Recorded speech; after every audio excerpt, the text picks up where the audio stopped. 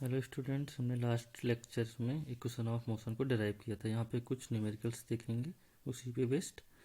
तो आपका प्रॉब्लम है कि a particle moving with uniform acceleration from A to B along a straight line has velocities v1 and v2 at a and b respectively. If c is the midpoint between a and b, then determine the velocity of the particle at c.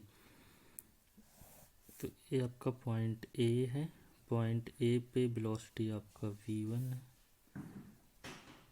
Point B पे velocity आपकी v2 है। Mid point आपका c है, जहाँ पे हम let कर लेते हैं वेलोसिटी कितनी है v, इसी को हमें फाइंड आउट करना है। हम लेट कर लेते हैं कि distance between a and b आपका क्या है, x है। तो a टू c आपका बन जाएगा x/2 और c टू b बन जाएगा आपका x/2। तो इक्वेशन ऑफ मोशन का यूज करेंगे हम between a to c using equation of motion between a and c। तो इनिशियल वेलोसिटी क्या हो जाएगा v1, फाइनल वेलोसिटी क्या है v, और दोनों बीच का डिस्प्लेसमेंट कितना है x/2। तो जाएगा फाइनल v² माइनस v1 का स्क्वायर इक्वल टू 2। और हम लेट कर लेते हैं कि यूनिफॉर्म एक्सेलरेशन कितना है a is the uniform acceleration. तो 2a into x/2 equal to ax, equation first. Same हम between c and b use करेंगे। तो final velocity v2² initial v² is equal to 2a x/2 हो जाएगा ax, equation second. तो from first and second v² minus v1² equal to v2² minus v² हो जाएगा 2v² equal to v1² plus v2² v² equal to v1² plus v2² upon 2, या v equal to square root of v1² v2² upon 2। तो आपका आ गया answer, हो जाएगा v equal to square root of v1² plus v2² upon 2। तो mid point पे velocity आ जाएगी, मिड पॉइंट पे a आपकी वेलोसिटी हो जाएगी। नेक्स्ट प्रॉब्लम है, two trains p and q moving along parallel tracks with same uniform speed of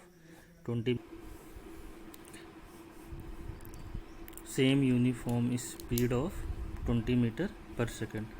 The driver of train P decide to overtake train Q and accelerate his train by 1 meter per second square. After 50 seconds, the train P crosses the engine of the train Q. Find out what was the distance between the two trains initially, provided the length of the train is 400 meter. तो यहाँ पे हम let कर लेते हैं कि let initial distance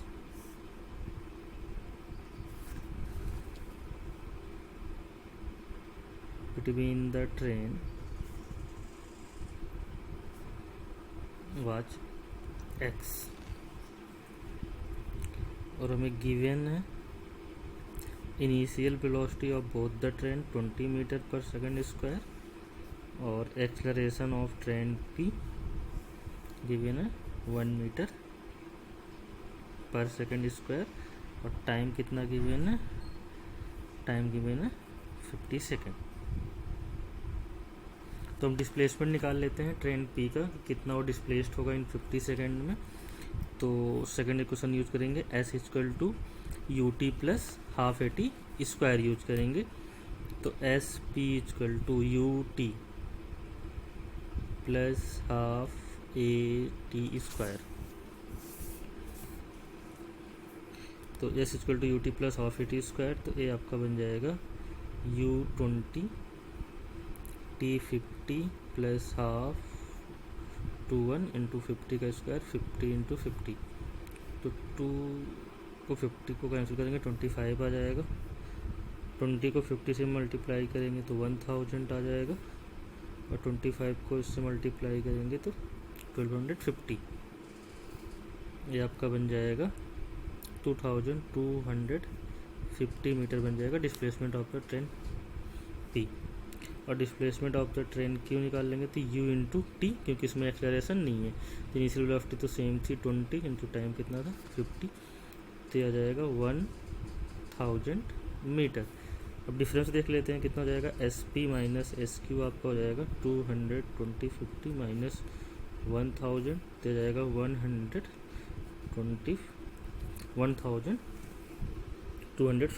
metre आ जाएगा, S P minus दोनों के डिस्प्लेसमेंट में डिफरेंस। क्योंकि जैसे आपका ये ट्रेन अगर पी है तो ये ट्रेन पी क्या कर रहा है, ट्रेन क्यू के जस्ट यहाँ पे जो इंजन है इसको क्रॉस कर रहा है, ठीक है। तो टोटल जो दोनों के बीच का डिफरेंस है कितना इसने जो ट्रेवल किया है, तो उसमें से अगर हम ट्रेन की लेंथ को दोनों की लेंथ को माइनस कर देंगे तो हमें क्या फाइंड आउट हो जाएगा, हमें फाइंड आउट हो जाएगा कि उनके बीच में इनिशियल आपका डिस्टेंस कितना था। तो हम लिख सकते हैं x plus length of the train, तो लेंथ ऑफ द ट्रेन कितना है 400 मीटर, तो एक की 400 मीटर तो दूसरे दोनों का ऐड कर लें कितना हो जाएगा 800 मीटर, और एक टोटल कितना है 250, तो x इक्वल टू हो जाएगा 1250 माइनस 800, या x इक्वल टू आ जाएगा आपका x इक्वल टू आ जाएगा 450 मीटर आ जाएगा, ठीक है। एक बार फिर से देख लेते हैं, हमें गिवन था कि दो ट्रेन था, ट्रेन पी एंड क्यू। यहाँ पे जैसे मान लो पी था, ये ट्रेन आपकी क्या थी क्यू ट्रेन थी, दोनों के बीच में इनिशियल डिस्टेंस कितना था x, पी एक्सलरेट करता है, ठीक है। तो हमें जो तब फाइंड आउट करना था जब आपका ये आपका क्यू का इंजन था और पी इसको क्या कर रहा था, क्रॉस कर रहा था, ठीक है। कितने सेकंड में क्रॉस कर गए 50 सेकंड में। तो हमें बताना था कि दोनों के बीच में इनिशियल डिस्टेंस कितना था। तो हमने क्या किया कि displacement of the train P निकाल लिया जो कि ये आया, displacement of the train Q निकाल लिया जो कि 1000 मीटर आया, दोनों को हमने माइनस कर लिया तो S P minus S Q हमें कितना जगह 1250, दोनों के डिस्प्लेसमेंट का डिफरेंस। तो दोनों के डिस्प्लेसमेंट का difference S P minus S Q. अब हमें पता है कि इसमें हम क्या करेंगे कि जो भी इसका डिस्प्लेसमेंट टोटल हुआ है इसमें लेंथ ऑफ द ट्रेन भी शामिल होगा प्लस इनिशियल दोनों के बीच का डिस्टेंस भी शामिल होगा। तो x प्लस 800 इक्वल टू 1250, तो यहाँ से x आपका आ जाएगा 450 मीटर। तो this will be the answer of the problem. तो नेक्स्ट हम एक डेरिवेशन करेंगे, displacement travelled by A particle in nth second of its motion in uniformly accelerated motion. तो कोई ऑब्जेक्ट है वो आपका ट्रेवल कर रहा है, तो हमें फाइंड आउट करना है कि nth सेकेंड में वो कितना डिस्टेंस ट्रेवल किया विथ यूनिफॉर्म एक्सेलरेशन। तो हम लेट कर लेते हैं, let uniform acceleration is a. तो पार्टिकल का यूनिफॉर्म एक्सेलरेशन कितना ए है। तो यहाँ पे देखते हैं कि स्ट्रेट लाइन में मोशन हो रहा है, टी इक्वल टू 0 पे हम लेट कर लेते हैं, ऑब्जेक्ट किस पे था, पार्टिकल ए पे था। टी इक्वल टू 1 सेकेंड पे कहाँ पे था, वो बी पे था। टी इक्वल टू 2 सेकेंड पे कहाँ पे था, वो सी पे था पार्टिकल। इसी तरीके से पॉइंट एफ पे वो रीच कर जाता है एन सेकेंड में। ई पे रहता है वो टी इक्वल टू -1 सेकेंड पे, और डी पे रहता है वो T equal to n-2 second पे, ठीक है। तो अब nth सेकेंड में जो डिस्टेंस ट्रेवल करेगा कौन सी हो जाएगी, nth डिस्टेंस में डिस्टेंस ट्रेवल करेगा इतना है, ई इंटू एफ जो डिस्टेंस होगा वो ट्रेवल करेगा कौन से सेकेंड में, nth सेकेंड में, ठीक है। जैसे अगर सपोज करो कि वो टी इक्वल टू 4 सेकेंड में पॉइंट ई पे था और टी इक्वल टू 5 सेकेंड में कहाँ पे था, एफ पे। तो अगर हमें कैलकुलेट करना होगा distance travel in 5th second, तो distance travel in 5th second क्या होगा, distance between the E and F हो जाएगा। तो यहाँ पे हो जाएगा displacement travelled in nth second, क्या हो जाएगा E इंटू एफ, जो कि आपका इक्वल हो जाएगा A into F minus AE। ठीक है, AF क्या है कि n सेकेंड में जितना डिस्टेंस ट्रेवल करता है, और AE क्या है जितना वो n-1 सेकेंड में डिस्टेंस ट्रेवल करता है। तो AF हम कैलकुलेट कर लेंगे। इनिशियल वेलोसिटी कितनी है u, टाइम कितना लिया n, तो ut plus half AT square use कर रहे हैं, तो un plus uniform acceleration a, तो half a n square. In the same way हम AE निकाल लेंगे, तो AE हो जाएगा आपका u n-1, क्योंकि n-1 पे कहाँ पे था, पॉइंट E पे, प्लस हाफ a n-1 का होल स्क्वायर। अब यहाँ पे nth displacement travel in nth second, तो dn क्या हो जाएगा आपका AF माइनस AE। तो इसको हम सॉल्व करेंगे, AF की वैल्यू पुट कर देते हैं, UN plus half AN square, AE की वैल्यू पुट कर देते हैं minus UN-1 minus half AN-1 का होल स्क्वायर। इसको UN plus half AN square, इसको ओपन कर लेते हैं, minus UN plus U minus half AN square minus half A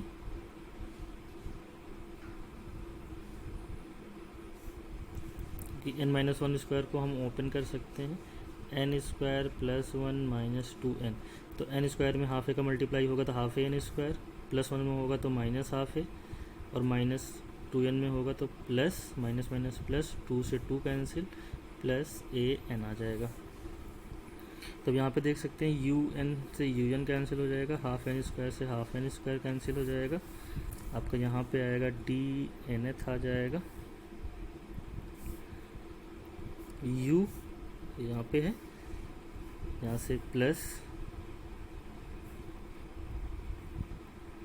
a/2 को कॉमन ले लो, a/2 को कॉमन ले लोगे तो यहाँ पे कितना हो जाएगा, यहाँ पे बचेगा 2n माइनस 1।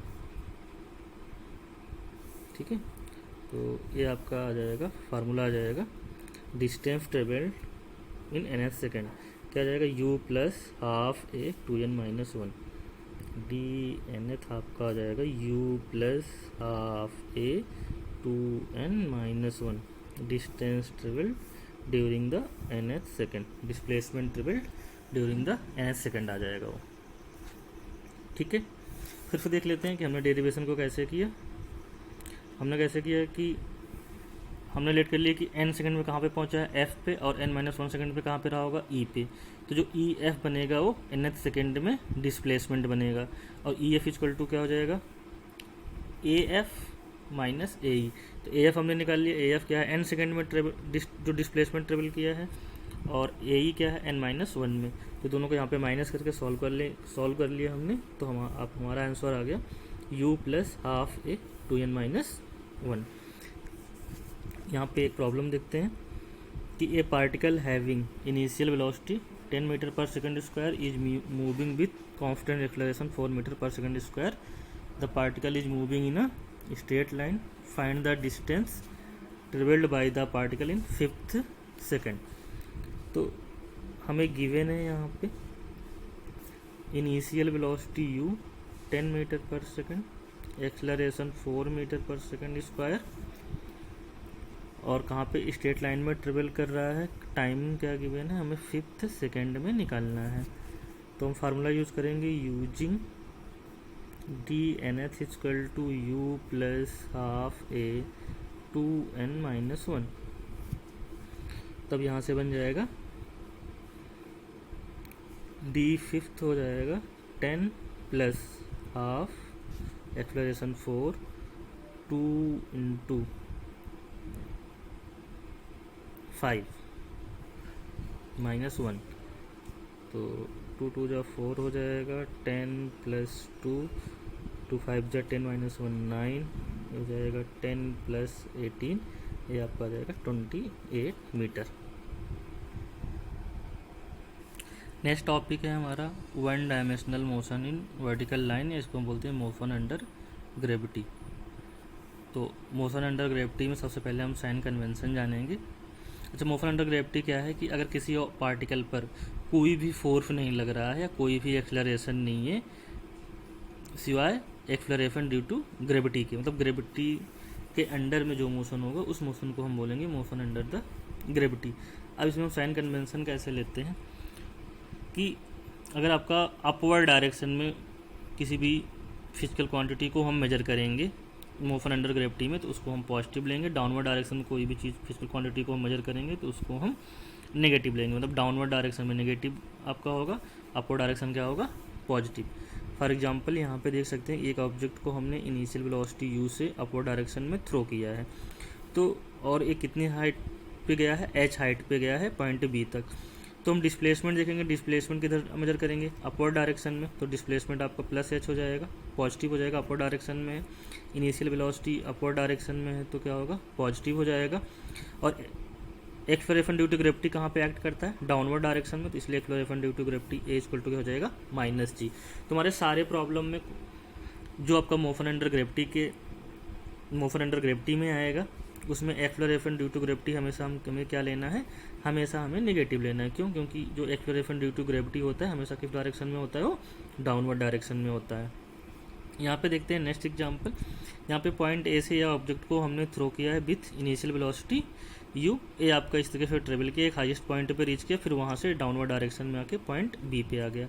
तो डिस्प्लेसमेंट क्या होता है, साइटेड डिस्टेंस बिटवीन 2 पॉइंट, तो आपका पॉइंट ए है और फाइनल पॉइंट क्या है B, initial point A final point B, दोनों बीच का डिस्प्लेसमेंट कितना है h। लेकिन इस h को हम किस डायरेक्शन में मेजर करेंगे, डाउनवर्ड डायरेक्शन में, इसलिए आपका डिस्प्लेसमेंट क्या होगा, नेगेटिव।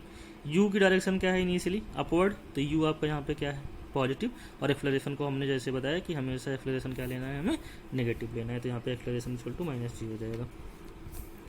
नेक्स्ट देखते हैं, यहाँ पे एक पॉइंट ए है, पॉइंट ए से इनिशियल वेलोसिटी u से हमने किसी ऑब्जेक्ट को डाउनवर्ड डायरेक्शन में थ्रो किया, वो पॉइंट बी पे रीच किया, दोनों के बीच की डिस्टेंस कितनी है, h, जो कि डिस्प्लेसमेंट भी होगी।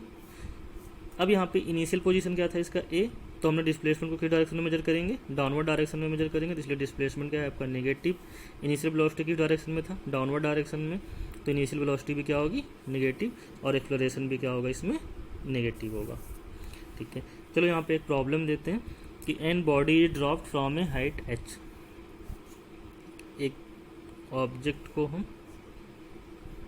हाइट h से ड्रॉप कराए हैं, ठीक है, ऐसे हमने इसको ड्रॉप कराया है। जब किसी भी चीज़ को ड्रॉप कराया जाएगा या रिलीज कराया जाएगा तो फ्री फॉल की कंडीशन में आता है, मतलब मोशन अंडर ग्रेविटी है, और वहाँ पे u इक्वल टू हम 0 लेते हैं, इनिशियल वेलोसिटी का लेते हैं 0। तो what will be the time taken by the body to reach the ground and velocity just before reaching the ground. Okay, तो इनिशियल वेलोसिटी 0 हम लेट कर लेते हैं, जब ये जस्ट रीच करने वाला था तो इसकी वेलोसिटी कितनी थी, इसकी वेलोसिटी हो गई थी v, कितनी थी v, just before reaching the ground. तो हमें गिवन है, क्या क्या गिवन है कि इनिशियल वेलोसिटी u क्या है 0, क्योंकि इसको ड्रॉप किया गया है। डिस्प्लेसमेंट क्या हो जाएगा -s, क्योंकि डाउनवर्ड डायरेक्शन में इसको मेजर करेंगे, ठीक है। और एक्सलरेशन हमें क्या बताया कि मोशन अंडर द ग्रेविटी हो रहा था, a इक्वल टू -g। तो टाइम कैलकुलेट करने के लिए हम फर्स्ट इक्वेशन यूज़ करेंगे, v equal to u plus at। तो v आपका डाउनवर्ड डायरेक्शन में है तो कैसा डायरेक्शन होगा, नेगेटिव, u आपका 0 है, एक्सलरेशन -g है, ठीक है। और टाइम कितना है, टाइम को हम लेट करते कितना टाइम लगता है t, तो यहाँ से t इक्वल टू क्या बन जाएगा v/g। लेकिन हमें v नहीं पता है, ठीक है। तो v को कैलकुलेट करने के लिए हम क्या करेंगे, थर्ड इक्वेशन यूज करेंगे मोशन का। तो थर्ड इक्वेशन यूज करेंगे तो क्या होता है, third equation v² equal to u² plus 2as, तो v² हो जाएगा, नेगेटिव का v², 0 का स्क्वायर प्लस 2, एक्सलरेशन क्या होगा -g, और डिस्प्लेसमेंट क्या होगा आपका -h। तो v² इक्वल टू क्या बन जाएगा 2gh, या v इक्वल टू आ जाएगा रूट ऑफ 2gh। ये आपका आ गया velocity before reaching the ground, v equal to root 2gh। अब यहाँ पे पुट कर देंगे तो रूट 2gh अपॉन g, इसको हम सॉल्व कर लेंगे तो बन जाएगा square root of 2h upon g। तो इसको हम एज ए फार्मूला याद करेंगे, अगर किसी भी ऑब्जेक्ट को h हाइट से ड्रॉप किया जा रहा है तो इसको जो फॉल करने में टाइम लगेगा, टाइम कितना लगेगा, square root of 2h upon g, और इसको बिफोर रीचिंग द ग्राउंड पे जो इसकी वेलोसिटी होगी वो स्क्वायर रूट ऑफ 2gh।